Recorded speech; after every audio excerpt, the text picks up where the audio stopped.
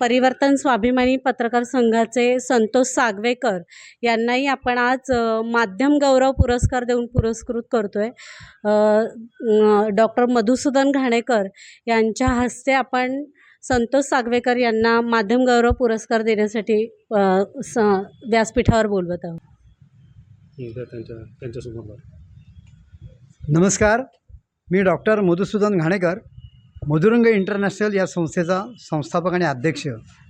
आजच्या या विशेष कार्यक्रमामध्ये स्वाभिमानी पत्रकार संघाचे संस्थापक अध्यक्ष आहेत।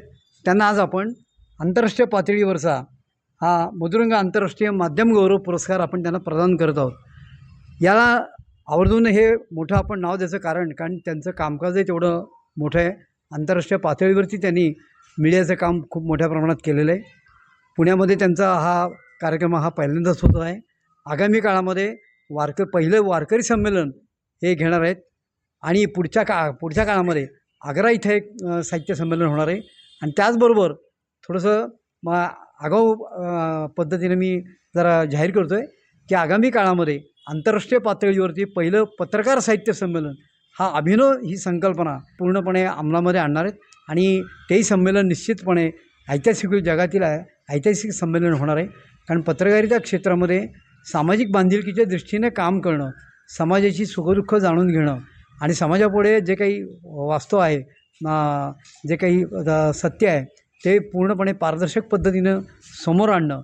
आणि एवढंच नाही, केवळ त्यामधील ज्याला म्हणता येईल की सकारात्मकतेने ज्या चांगल्या घटना घडत असतात त्या आणि जे विश्वासाठी विश्वकल्याणाच्या संकल्पनेतून काम करतात, म्हणजे संत माऊलींनी ज्ञानेश्वरांनी जी विश्वकल्याणाची संकल्पना मांडली तीच संकल्पना प्रत्यक्ष आचरणामध्ये आणून या साऱ्या विश्वाचं कल्याण व्हावं हा व्यापक दृष्टिकोन ठेवून काम करणारे पत्रकारिता क्षेत्रामध्ये फार थोडे पत्रकार असतात आणि त्यामध्ये म्हणजे बोटावर मोजण्या इतके असतात।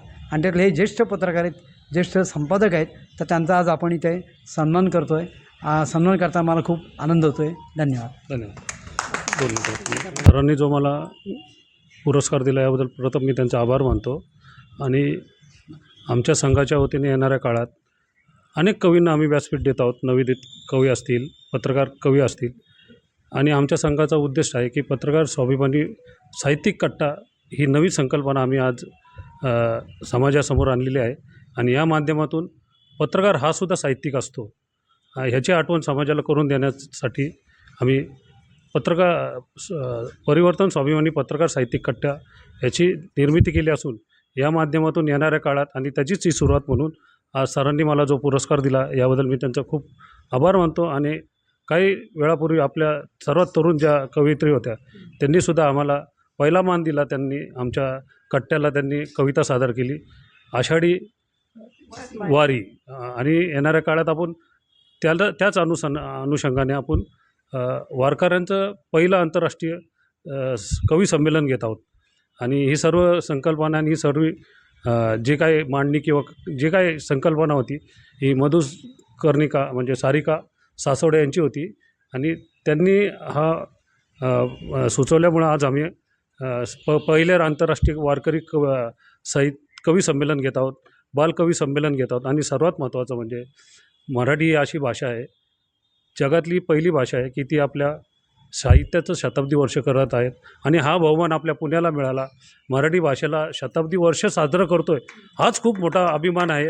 आणि मी मराठी असण्याचा मला खूप अभिमान वाटतो की आमच्या भाषेला, आपल्या मातृभाषेला, आपल्या आईला 100 वर्ष पूर्ण आले। आणि याचं भाग्य पुणेकर म्हणून या पुण्यात अनेक साहित्यिकांची यांची खूप मोठी इतिहास आहे आणि खूप परंपरा आहे खूप मोठी।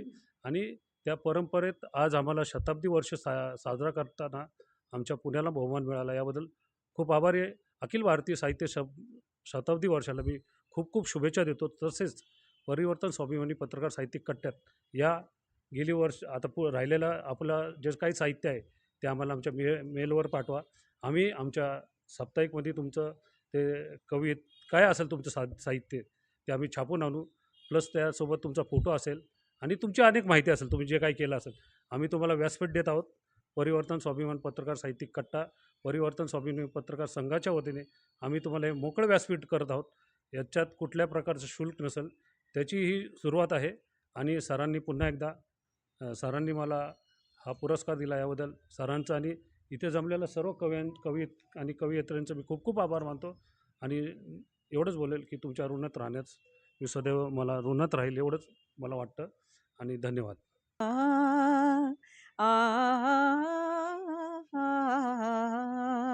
आ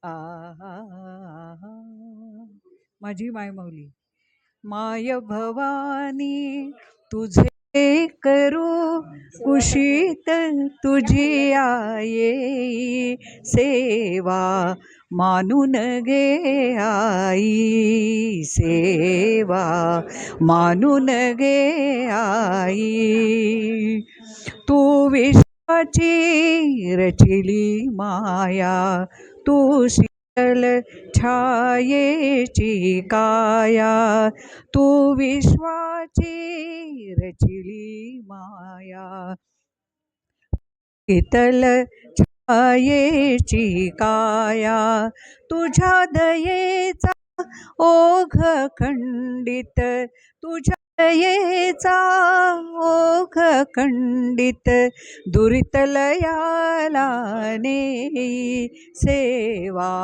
मानून गे आई सेवा मानून गे आई माय भवानी तुझे करू कुशीत तुझी आई सेवा मानून गे आई सेवा मानून गे आई धन्यवाद.